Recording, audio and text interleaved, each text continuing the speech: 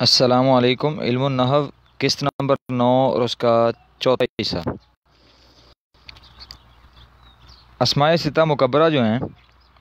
مشہور ان کے بارے میں یہ ہے کہ یہ حروف کے ساتھ اعراب دیے جاتے ہیں، تو چنانچہ ان کے اندر واو جو ہے یہ نائب ہوتی ہے ضمہ سے،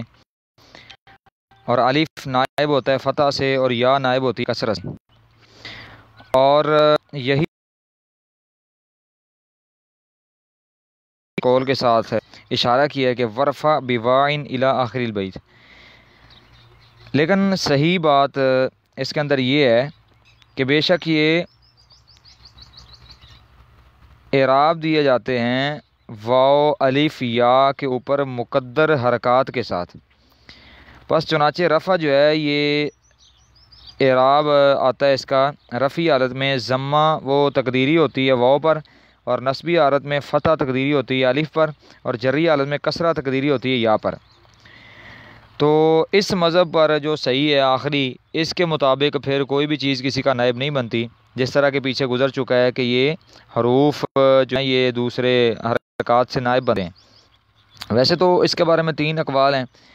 پہلا تو یہ ہے کہ بے شک یہ ایک ہی مکان واحد سے یعنی کہ ان کا اعراب آتا ہے، اور واو الف یا یہی حروف اعراب ہیں۔ یہ جمہور بصریوں کی رائے ہے، ابو الحسن اخفش کی رائے ہے، اور یہی رائے اس نے اپنا جو ایک کتاب ہے نا ناظم اس میں لکھی ہوئی ہے۔ اور دوسری ان کے بارے میں یہ ہے کہ بے شک یہ ایک ہی مکان سے یعنی اعراب ان کو دیا جاتا ہے، لیکن ان کا اعراب وہ مقدر ہوتا ہے حرکات کے ساتھ جو کہ حروف کے اوپر مقدر ہوتی ہیں، جیسے پیچھے میں نے بتا دی ہے۔